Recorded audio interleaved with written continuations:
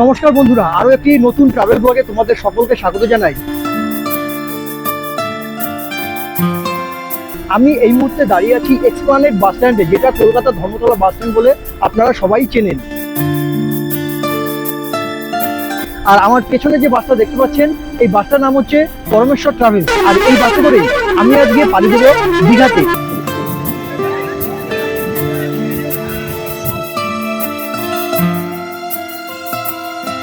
এই মুহূর্তে ঘড়িতে সময় রাত 11টা, সাড়ে 11টা প্রায় বাজে। তো এই গাড়িটা ছাড়ার সময় হচ্ছে 11:53, অর্থাৎ 11:15 নাগাদ এই বাসটা এখান থেকে ছেড়ে চলে যাবে দীঘার উদ্দেশ্যে।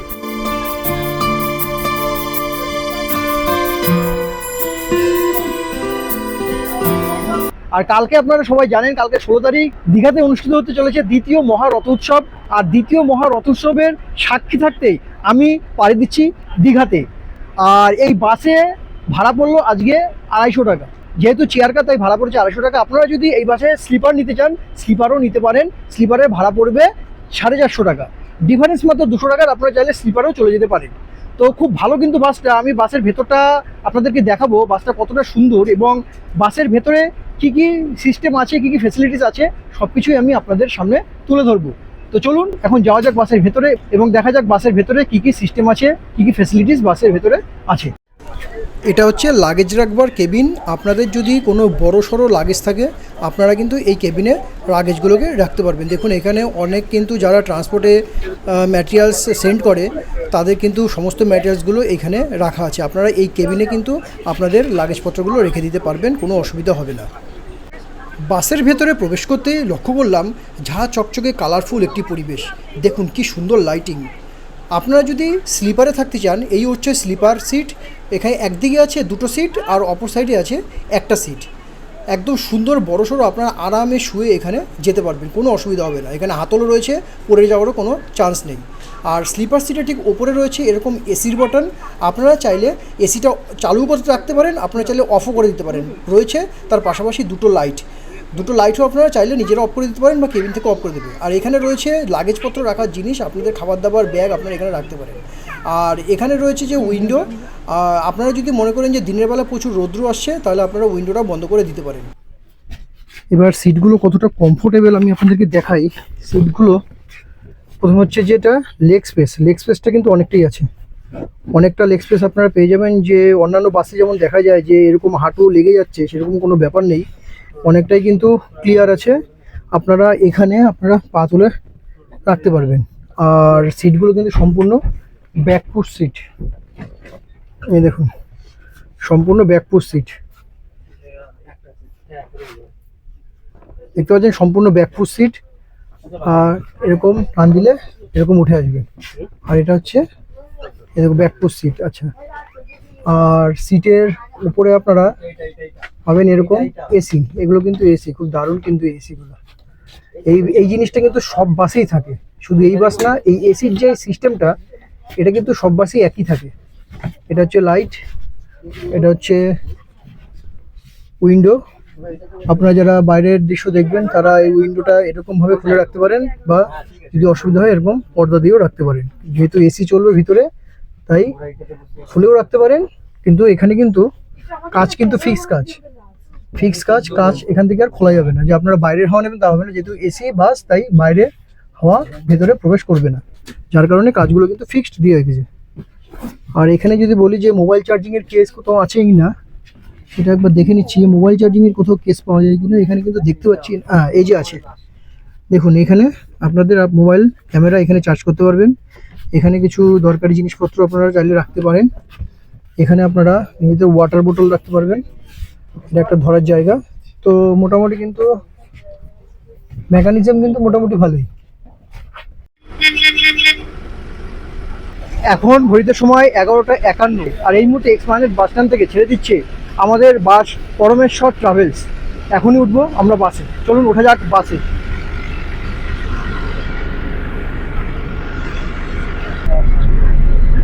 গাড়ি ধীরে ধীরে এক্সপ্লানেড বাস স্ট্যান্ড থেকে বেরিয়ে যাচ্ছে তার নির্দিষ্ট গন্তব্যস্থল দীঘার উদ্দেশ্যে। এখনো আমরা এক্সপ্লানেডের বাস স্ট্যান্ডের ভেতরেই আছি। ধীরে ধীরে এগোচ্ছে মেন রোডে উঠে পড়ে আমরা সোজা চলে যাবো দীঘার উদ্দেশ্যে। আর আজকে হচ্ছে আমাদের ড্রাইভার দাদা। তোমার নামটা একটু বলো দাদা।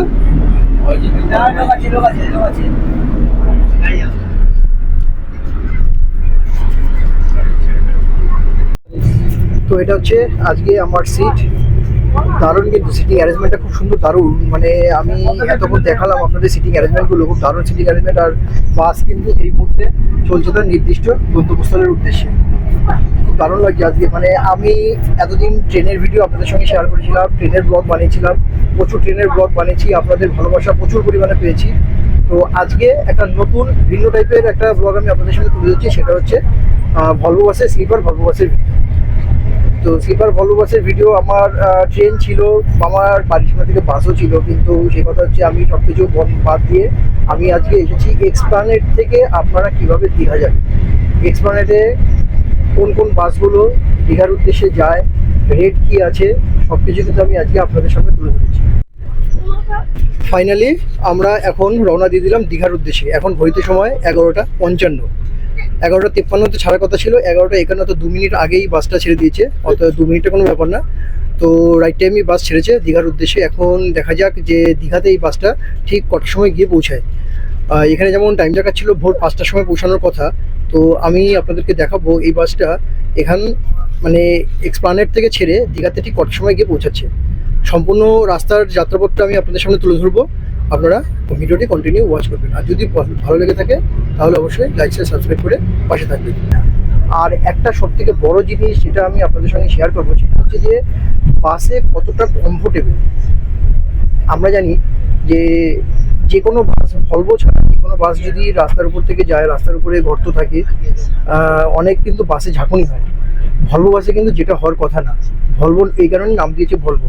অরিজিনাল যদি ভলভো বাস হয়, সেই ভলভো বাসে কিন্তু কোনো সময় যে রাস্তার উপর দিয়ে যাবে সেখানে কিন্তু ঝাঁকুনি দেবে না, খুব কম ফিল করতে হবে, বুঝতেই পারবে না যে একটা রাস্তার একটা গাড্ডা পার করে তার উপর দিয়ে চলে যাবে। এই জিনিসটা কিন্তু ফিলই করতে পারবেন না। তো আমি সেটাই আপনাদেরকে দেখাবো যে আমি কিন্তু এখন অলরেডি যে যাচ্ছি, নিচে যে রাস্তাটা আছে, রাস্তার উপরে কিন্তু অনেক গর্ত আছে, তার উপর দিয়ে কিন্তু গাড়ি যাচ্ছে। তো সেরকম পরিমাণে কিন্তু ঝাঁকুনি ফিল করছি না। আপনারা হয়তো ক্যামেরা দেখতে পাচ্ছেন, আমার ক্যামেরাটা নাচছে, তো সেই পরিমাণে হালকা হালকা নাচছে, কিন্তু রাস্তাটা কিন্তু খুবই খারাপ। আমি রাত যেহেতু আমি বাইরেটা আপনাদেরকে এই মুহূর্তে দেখাতে পারছি না, যদি সকাল থাকতে আমি বাইরেটা আপনাদেরকে দেখাতাম যে প্রচুর পরিমাণে কিন্তু এখানে নিচে এখন রাস্তা করে, বর্ষাকাল রাস্তাঘাটগুলো এমনি খারাপ হয়ে যায়। তো এই কথা বলতে বলতেই আমি অলরেডি কিন্তু এক্সপ্লানেট থেকে বেরিয়ে প্রায় কিছুটা চলে এসেছি।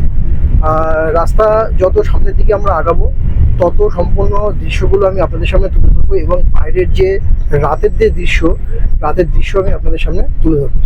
সঙ্গে থাকবেন। আমরা এখন এই মুহূর্তে হাওড়া ব্রিজের উপর দিয়ে যাচ্ছি, আর ওই পাশে দেখতে পাচ্ছেন এটা হচ্ছে হাওড়া ব্রিজ, আর ওই গঙ্গা। এই মুহূর্তে আমরা উঠে গেছি হাওড়া ব্রিজে।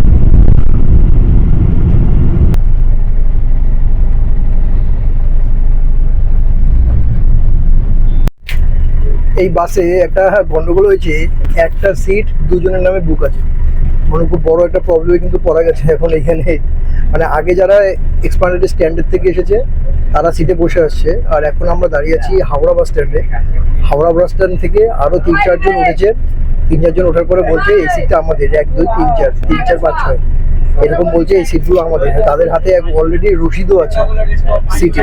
এইবার আগে যারা বসেছে তারা এখন কনফার্ম করতে গেছে যে এই সিটটা তাদের কিনে। দেখুন এরা সব দাঁড়িয়ে আছে,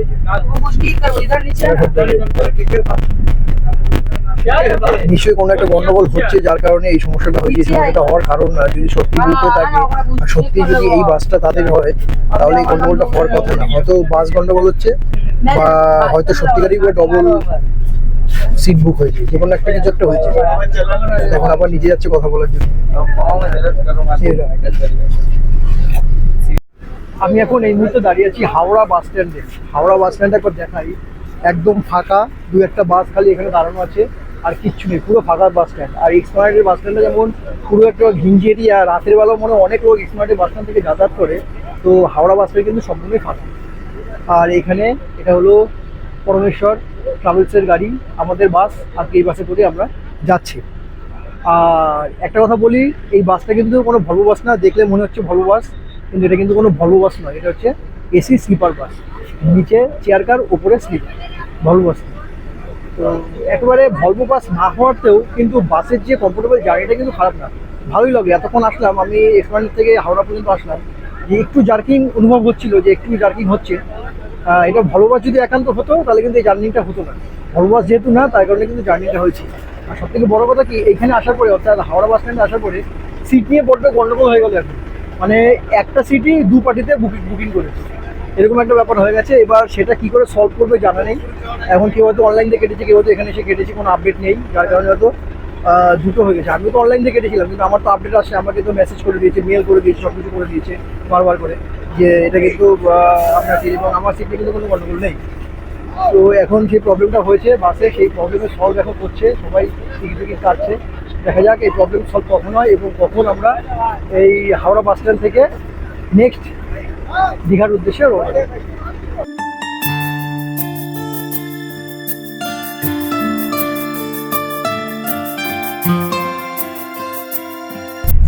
এখন বাজে রাত 1:45। অলরেডি বাসের লাইট বন্ধ হয়ে গেছে, বাসটা দেখুন পুরো অন্ধকার। আমি মোবাইলে ফ্ল্যাশ লাইট জ্বালিয়ে আপনাদেরকে সঙ্গে এখন কথা বলছি, বাসের লাইটে কিন্তু অলরেডি অফ হয়ে গেছে। এখন সবাই ঘুমাবে। তো চলো, সারা রাত্রি ট্রাভেল করতে হবে, আমার একটু ঘুমাতে হবে, আমি একটু হালকা একটু শুয়ে নিই। আপনাদের সঙ্গে নেক্সট দেখা করবো কোলাঘাটে গিয়ে। আমরা এই মুহূর্তে এখন যাচ্ছি সাঁতরাগাছি জংশন স্টেশনের সামনে দিয়ে। সাঁতরাগাছি জংশনটা বাইরে থেকে একবার আমি আপনাদেরকে দেখাচ্ছি, দেখুন।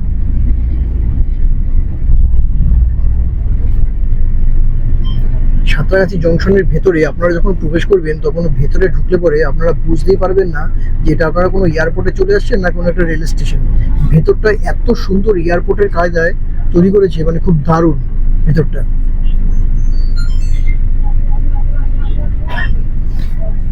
এটা হচ্ছে সাঁতরাগাছি ঢোকার মেন গেট। এখান থেকেই আপনাদের ভেতরে প্রবেশ করতে হবে। গিয়ে সামনে আগাবেন, সামনে আগিয়ে একটু সোজা যাবেন, ওখানে গেলে ডান দিকে পড়বে টিকিট কাউন্টার। আর এইখানে ওপরে যে যতগুলো বিল্ডিং এর ঘরগুলো দেখতে পাচ্ছেন, এগুলো কিন্তু সব এক একটা রুম। এখানে কিন্তু রুম, যারা আপনারা স্টে করতে যাবেন রাইটে, তারা কিন্তু এখানে রুম নিয়ে স্টে করতে পারবেন। উপরে যতগুলো রুম দেখতে পাচ্ছেন অন্ধকার করা, এগুলো কিন্তু সবকটা এক একটা রুম, আপনারা এখানে কিন্তু স্টে করতে পারবেন। এর জন্য আলাদা চার্জেস হয়, 300-400 টাকা করে আলাদা চার্জেস নেয়। চার্জেস দিয়ে পরে আপনারা এখানে স্টে করতে পারবেন। অনেকটা বড় সাঁতরাগাছি স্টেশনটা দেখুন।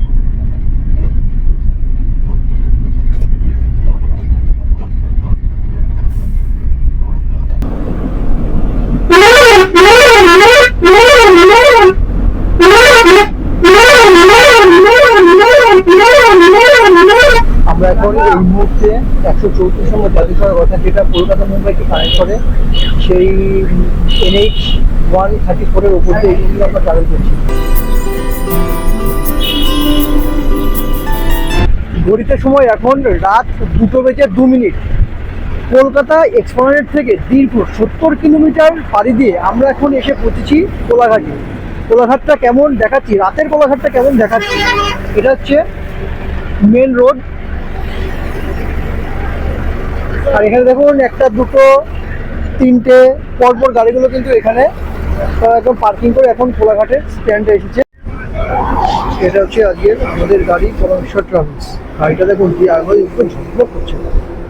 আর এটা হচ্ছে মেন রোড, আর এটা হলো কোলাঘাট। এখন কোলাঘাটে নামলাম। কোলাঘাটে নেমে 10 মিনিটের ব্রেক আছে, যে যার খাওয়া দাওয়া এখান থেকে কমপ্লিট করে আবার পুনরায় চলে যাবে দীঘার উদ্দেশ্যে। মাঝখানে কিন্তু আর কোনো স্টপেজ দেবে না। আর কী কী খাওয়া দাওয়া এখানে পাওয়া যায় একবার দেখাই, দেখুন। আর আমরা এখন যে হোটেল সামনে আছি সেটা হচ্ছে মা কালী হোটেল। এখন একটু চা খাবো।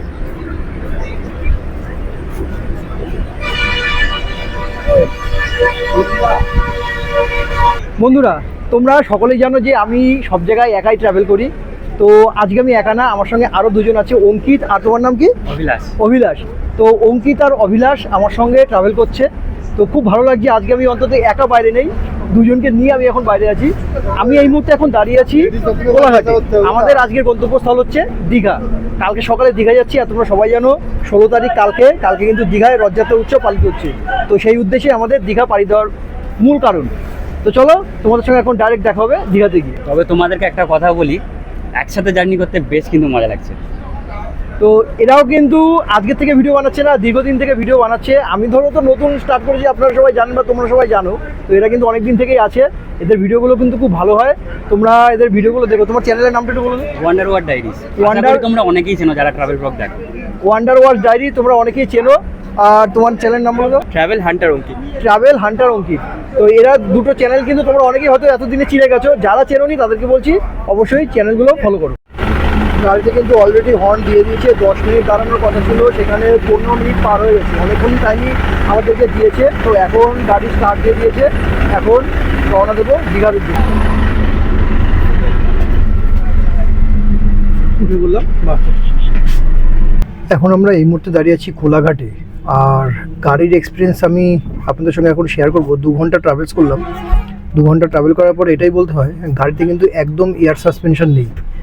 মানে গাড়িটা এতটা জার্কিং হচ্ছে যে অন্যান্য গাড়িতে কিন্তু এতটা জার্কিং খুব কম হয়, খুব দারুণ জার্কিং হচ্ছে। আর যারা স্লিপারে আছে তাদেরই অভিযোগ করলো যে স্লিপার থেকে যে গাড়ির জার্কিংয়ের জন্য স্লিপারে ঠিকমতো শুতে পারছে না, মানে এতটাই প্রবলেম হচ্ছে, মানে এয়ার সাসপেনশন নেই বললেই চলে। আমি বাইরে গেলাম, কোলাঘাটের যে অন্যান্য গাড়িগুলো এখানে দাঁড়িয়ে আছে গাড়িগুলো দেখলাম, তাই সেই সব গাড়িতে কিন্তু এয়ার সাসপেনশন দেখলাম, একই গাড়ি সেখানে কিন্তু এয়ার সাসপেনশন আছে, কিন্তু এই গাড়িতে কিন্তু কোনো এয়ার সাসপেনশন দেয়নি, তার জন্য জার্কিংটা কিন্তু একটু বেশিই হচ্ছে আর কি।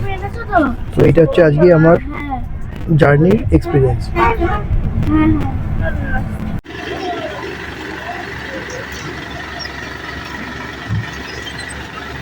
তো ফাইনালি এখন ঘড়িতে বাজে সকাল 5:20, আর এই মুহূর্তে আমরা বাস থেকে আসলাম নিউ দীঘাতে। তো এখানেই বাসকে গুড বাই বলে দেবো, আর আজকে এখান থেকে শুরু করবো হচ্ছে আরেকটা ভিডিও, সেটা হচ্ছে দীঘার রথযাত্রা। তো যদি বাসের ভিডিওটা ভালো লেগে থাকে তাহলে অবশ্যই লাইক শেয়ার সাবস্ক্রাইব করে চলুন, তাহলে দেখা হচ্ছে নেক্সট ভিডিওতে।